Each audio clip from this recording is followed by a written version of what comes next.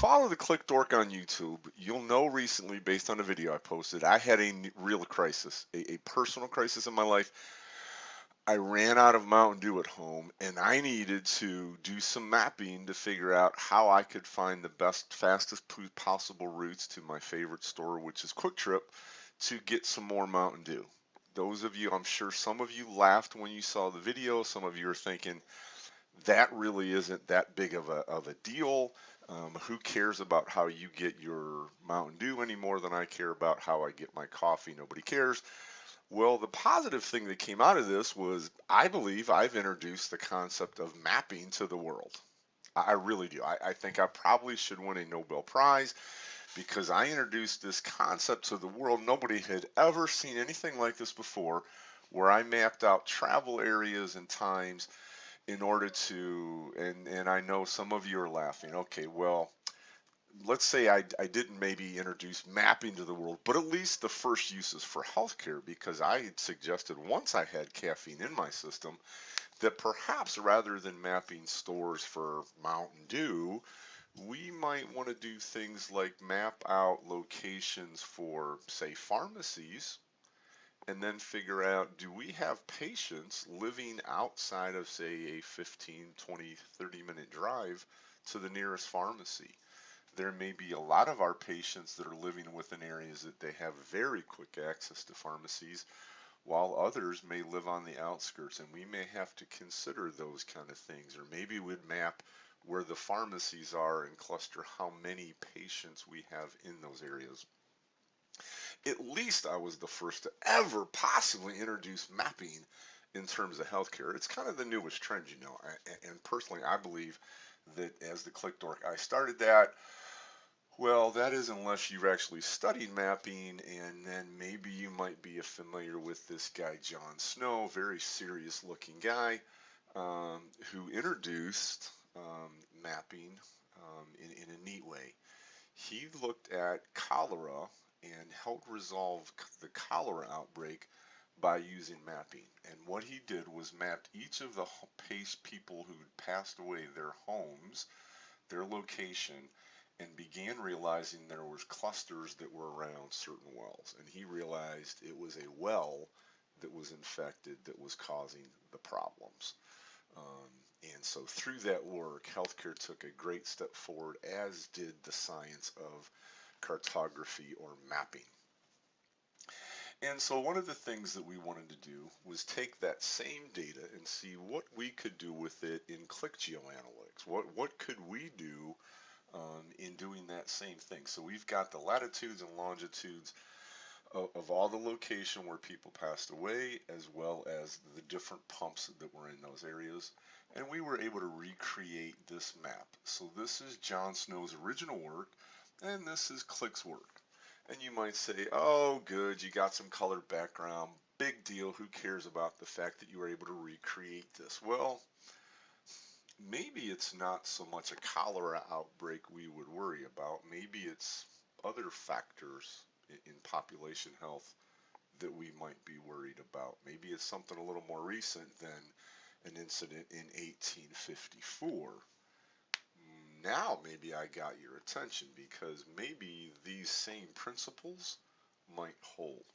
So what we wanted to do was not just map them, but figure out what types of analytics we could use, because clearly he was able to use this just using lithography at the day. We can put these points on the screen, we can size them, but that's just visualizing it. What else could we do to help that cause, that data science part of this equation?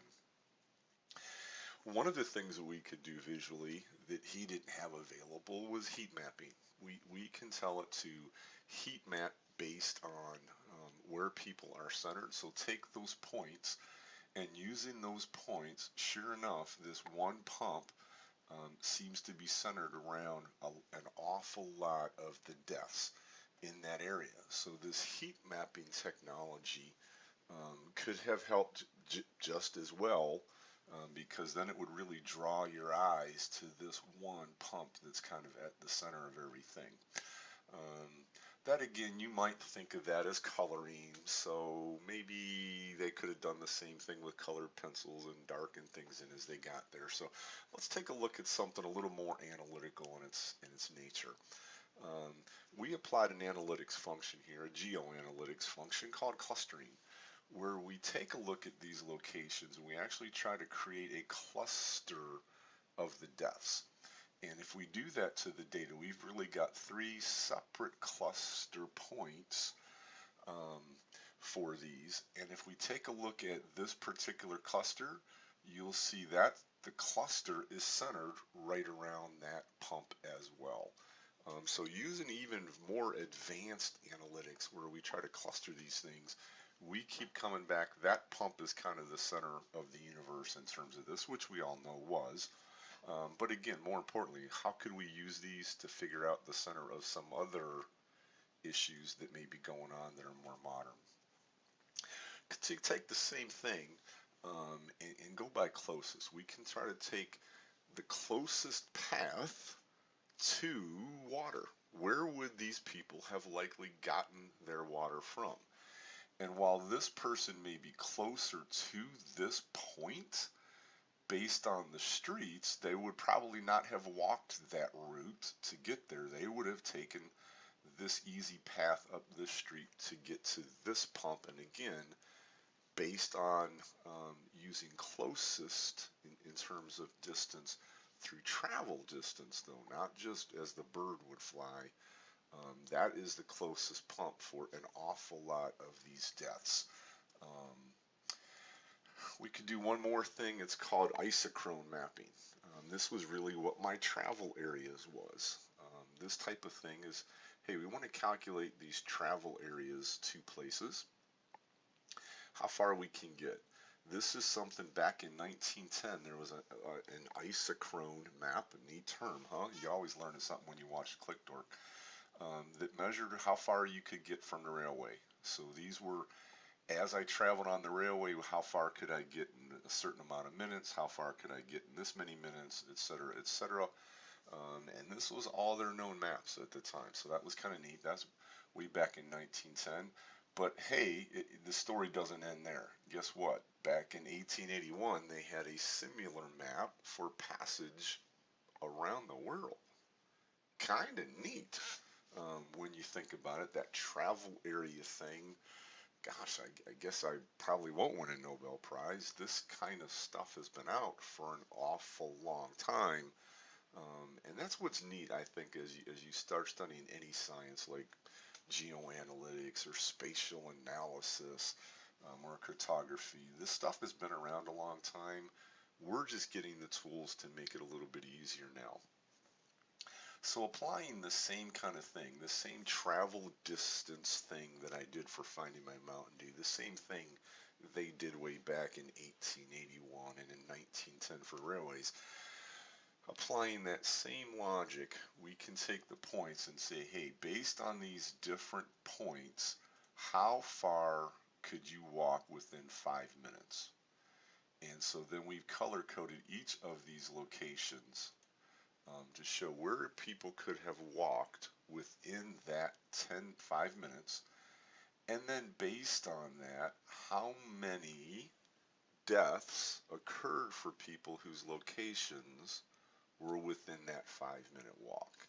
So pretty complicated science in terms of analytics. It's applying an awful lot of there in terms of calculating areas and then figuring out what's within those areas. And again, guess what? We come back to that pump is the one that was at the center where there were more deaths within that 5 minute walk than any of the other pumps. And so if we had to recreate this, we would have probably determined through data science, that that pump was at the heart of that. Again, getting to the bigger picture, what other things are going on in our lives with population health exploding as a thought process? What can these geoanalytic functions do that will help us track the problems of our day? Not just recreate cholera from 1852. It's a fun thing. It's a Qlik dorky kind of thing. But most of you aren't Qlik dorks. Most of you are taking very serious the notion of how can I take data that we have and use it to figure out what is really going on? Where can we put the biggest bangs for the bucks?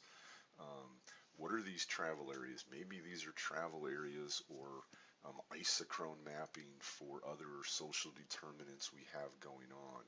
Maybe as we're trying to track asthma outbursts or COPD outbursts that we can't understand, maybe we need to start using some of these mapping techniques that they used, oh, say back in 1852, but apply some modern, current geoanalytics, geospatial type functionality to determine these things.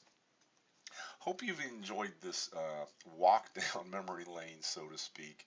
Um, yeah, it was fun to use the mapping to find my Mountain Dews, but I got to tell you, it's going to be an awful lot more fun as we continue to work and share these geoanalytics use cases for how we can actually help in population and health, help healthcare get a handle on understanding where their patients live and who their patients are based on where they live, not just putting points on a map where their patients live.